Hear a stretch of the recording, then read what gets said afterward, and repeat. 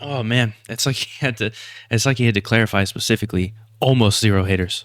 Of these 10 Because you know that people like me are going to be like, Keanu Reeves has zero haters? I don't think so, man. There's got to be at least a couple. You know what I mean? beloved celebrities, which one has the absolute fewest haters? Well, let's begin by looking at Jack Black, whose hilarious paparazzi Not true. Not true. I meet people that hate Jack Black all the time. Literally all the time. Especially when like when the Mario movie came out. Actually, it's not even just the Mario movie. It's when Jack Black just like has a thing going on. There's people that are like very mad about that being a thing. interactions are just one reason almost everybody loves him. For example, after being surrounded How are we quantifying the amount of haters is what I'm asking. by a horde of photographers, Jack Black deliberately pulled the stupidest poses on his bike before trolling the paparazzi by doing this. It's impossible to follow me when I go this fast. You're in my dust. Which was a similar response to when he was ambushed by That kind of behavior is why he has people that hates him. Did you know that? They hate his carefree spirit. a single photographer. So, any new projects we should know about, sir?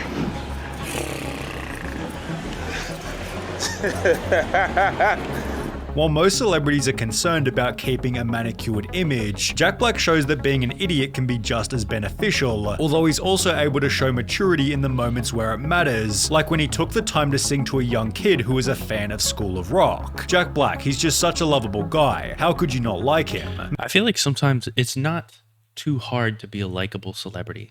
All the stories that I read of unlikable celebrities, it's always just like, yeah, you know, my daughter looked at Ellen, so she had her executed. You know what I mean? Like, huh? Wait, what? All you had to do was not that. That's all you had to do. That was the solution, Ellen.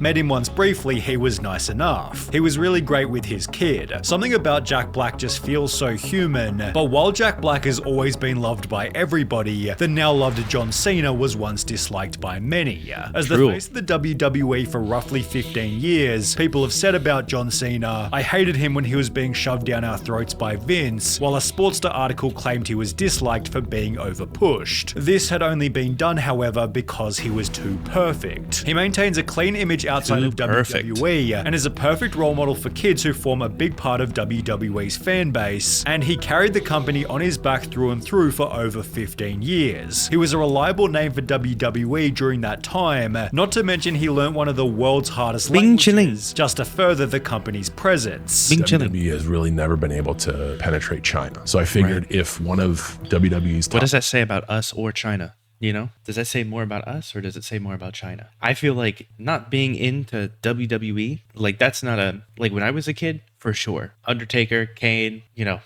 all the edgy stuff. But like as an adult, you know, like I'm not going to not hire you for a job if I'm like, go ahead and tell me your opinion on wrestling. And you say you don't like it. I'm not going to care at all. You know what I mean? There's just it's a different lifestyle over there.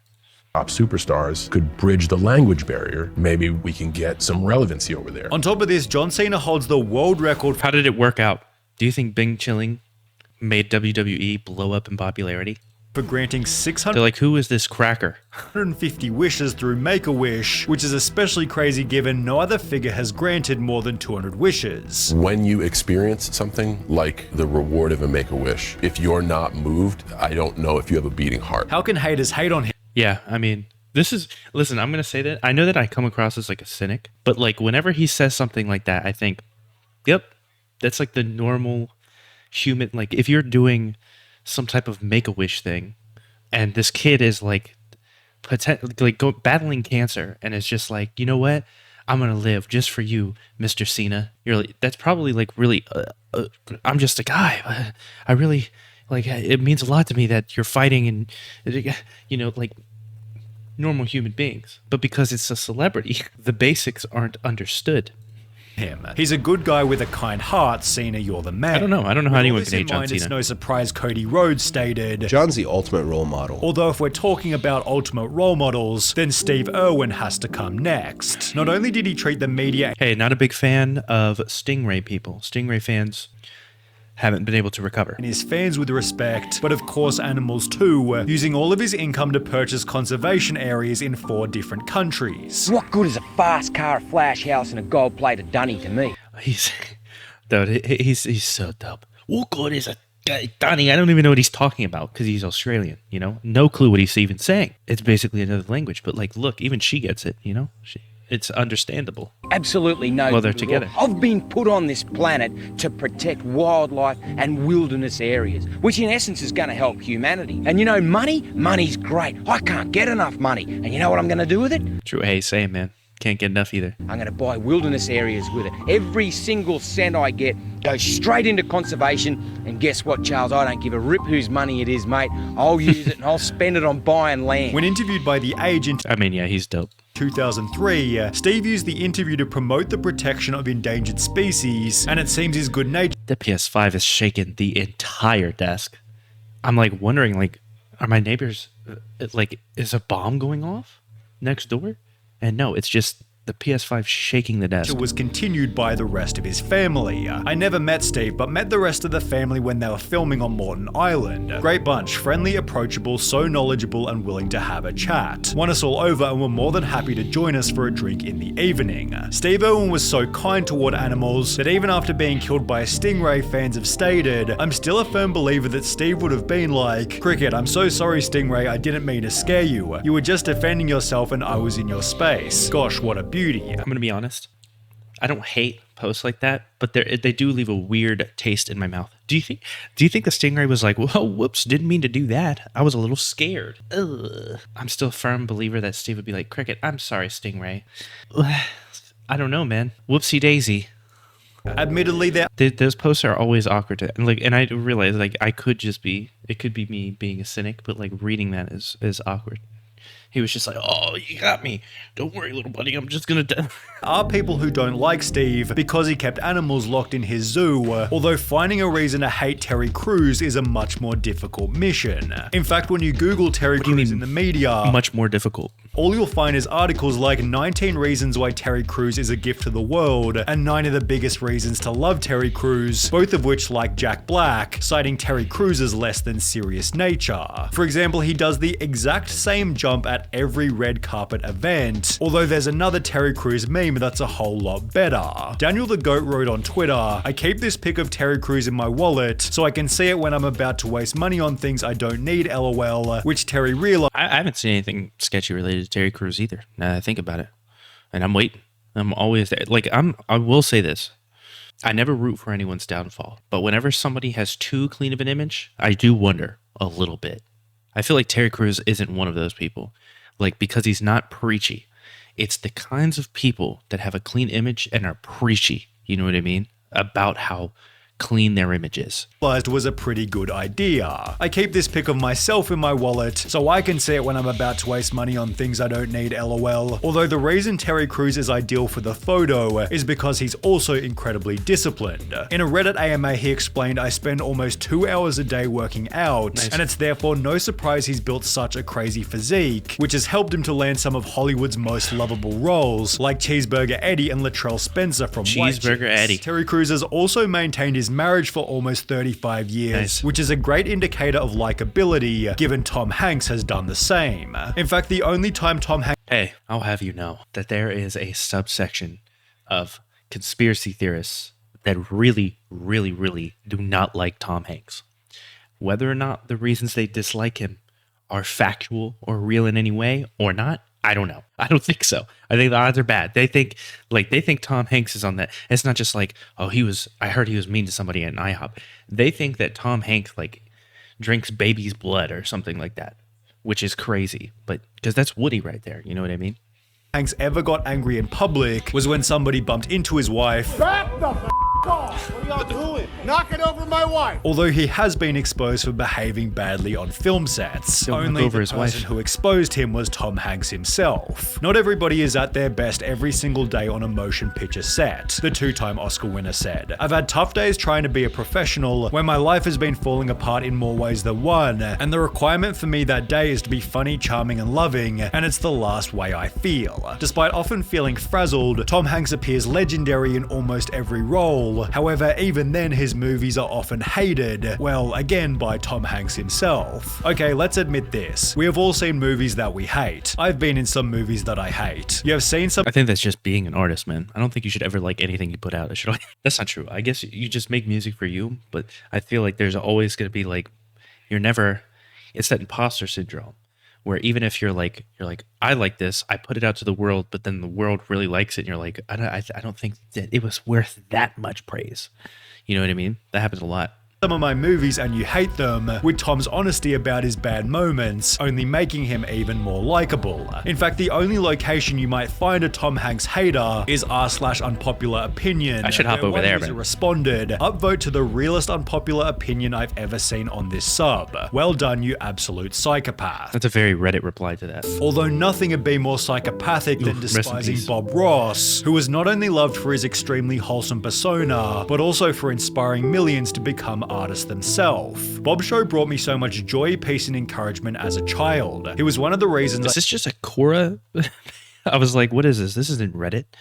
This isn't Twitter. This is Quora. What question did you ask? I started painting. I remember buying my first painting set and painting along to one of his episodes. I eventually realized that his style of painting was not for me, but his warm heart and gentle encouragement is something that I will never forget. In fact, every time I make mistakes in one of my paintings, I hear him saying, "We don't make mistakes, just happy little accidents." This follows Bob Ross's other philosophy that being different is not bad or good, it just is. He was in the military too. And in case this wasn't wholesome enough, Bob Ross donated around 1,200 paintings, which was sold to help with fundraisers, while he refused to be paid by PBS for his show, and instead gave all 403 episodes to the TV network for free. Although with one single article about Bob Ross once being difficult to work with, it seems Weird Al Yankovic's legacy might be we won't even go into that even cleaner. Here on Sunny V's channel. Genuinely funny songs had the advantage of being part of— Listen, I understand what this video is going for, but I have also ran into a lot of people that don't like Weird Al, and it's because of who he is, like his character, which sounds crazy because his character, like his personality is just really nice, goofy guy, but they get caught up, not in the nice part, they get caught up in the goofy part, and they're like, that's enough. Like, he could donate millions to charity, and they would be like, but his songs are annoying, so I hate him. You know what I mean? Of everybody's and they take it personally. It's very while weird. His interviews already show that he's a super awesome weird guy, those who have met him in real life say he's even cooler. For example, Patton Oswalt once said that Weird Al is the lone exception to the phrase "never meet your heroes," while Kurt Cobain literally said he knew Nirvana had made it when Weird Al called him to get permission to parody "Smells Like Teen." And he's calling people to get permission instead of just doing it, which in theory he should be able to get away with doing. Spirit. This is because Weird Al— because he's not like doing remixes, he's recreating the song. Like, what are the rules on that? Because I know if you remix something, if you charge for it, but like if you're parroting it, you know, like it's obvious that you've completely changed the context, really. Because no one that wants to listen to Gangster's Paradise is like, oh, I'd rather listen to Amish Paradise. Like, they're not going to listen to Amish Paradise by Weird Al as like a substitute. You know what I mean? They're just going to listen to Gangster's Paradise. It's not a substitute. But that doesn't mean they don't enjoy Amish Paradise. It just means they're different. One is the goofy song about Amish people, and the other is Gangster's Paradise by Coolio. You know what I mean? Personally reaches out to each artist before he parodies them, not because it's required by law, but instead out of respect. Never mind. Even then, Weird Al pays royalties to those he chooses to parody, which in turn makes him loved by other artists, except for Coolio or Weird Al Yankovic's one and only hater. After Weird Al parodied Gangster's Paradise by instead making Amish Paradise, Coolio hated the song and chose to slam Weird Al on a different track, thus starting their feud. Why? The two eventually squashed their beef 10 years later in 2006, with Weird Al's one and only public feud, placing him lower than James Buckley. His role as Jay in The Inbetweeners was of such legendary status, I have no clue who this is. Viewer couldn't help but love him, but while his character in the show was braggadocious and sometimes mean-spirited, James Buckley was the opposite in real life. When he began uploading to YouTube in 2016, people realized James Buckley couldn't have been more humble, which has since helped him to become the highest paid star on Cameo. You're a Cameo millionaire. Yeah, I don't want to rip people off. I have no clue who I this charge is, 40 too. quid, you know, two mates can go in, 20 quid each. And he's making $1 million. The only real disaster— Did it say a month or a year? There's no way it's a month. Can you imagine making $1 million? That's a lot of cameos you would have to record. at $40 each. In That's a James full-time Buckley's job. career was the in-betweener's 10-year Which, don't get me wrong, reunion. I know there's going to be somebody who's like, well, what about the oil fields, bro? You in here recording videos, you got to work it. Like, even then, man, I know that you guys are going to be weird, and trust me, I've been that kind of person too, because I worked like heavy physical labor jobs. He's recording like thousands of cameos potentially. Him to tweet feeling pretty hated right now. Although given James Buckley is one of the smaller celebrities on this list, Keanu Reeves has to come. My stepdad hates Keanu Reeves. He doesn't think he can act at all, which I'm not going to say I agree with him. I wouldn't say Keanu Reeves is the best actor. I don't really understand why my stepdad gets so worked up by Keanu Reeves acting anyways, because there's plenty of movies that my stepdad loves that are just like really stupid, and the acting is not good, but he enjoys that. I guess because Keanu Reeves tries and sometimes he's not as good, it upsets. I don't know. It's my stepdad also doesn't like Will Smith, although his reasoning for that is a little more understandable. It has to do with the types of roles that Will Smith keeps taking. Like he doesn't want to see Will Smith in any alien movies. I don't know what it is. He says Will Smith always plays the same person in every movie. Come next. Which he also said about Keanu Reeves, but it was like he was in The Matrix, okay, and he was in John Wick, okay. I guess you could say those two similar types of characters, although not really. But then you also have Bill and Ted's Excellent Adventure, which is like the one Keanu Reeves movie he tolerates, and it's like completely different. I don't know. His lack of haters can be summarized by two simple words: likable vibe. Keanu Reeves is known for being one of the most relaxed, humble, down-to-earth guys in Hollywood, being spotted on subways and once again, standing on a subway, giving somebody your seat, just like common thing. But because of, it's a celebrity, we'd be like, you won't believe this. park benches, as if he were just another person. On a subreddit dedicated to Keanu Reeves being awesome, the second top post of all time reads, "Actors that nobody hates annual meeting," followed by Keanu sitting beside Tom Hanks. In fact, Keanu Reeves is so loved on Reddit, he overtook Barack Obama to achieve the most upvoted AMA of all time, where he used most of the attention to prop up other actors. This discussion about him being loved only makes others join the train and like him also, although there's one more celebrity who likely has even fewer. All right, now this is where I draw the line. I have said this entire time, I know people that hate certain celebrities. Mr. Rogers is where I draw the line. He's got dead bodies, for sure. Hated. Did Mr. Rogers pass away? This might be in bad taste. The one and only Mr. Rogers. His lack of cynics requires little explanation. Fred Rogers was simply unhateable. And then they show a clip of him talking to a handicapped child, so even though I was joking, I look like a huge asshole, but, you know.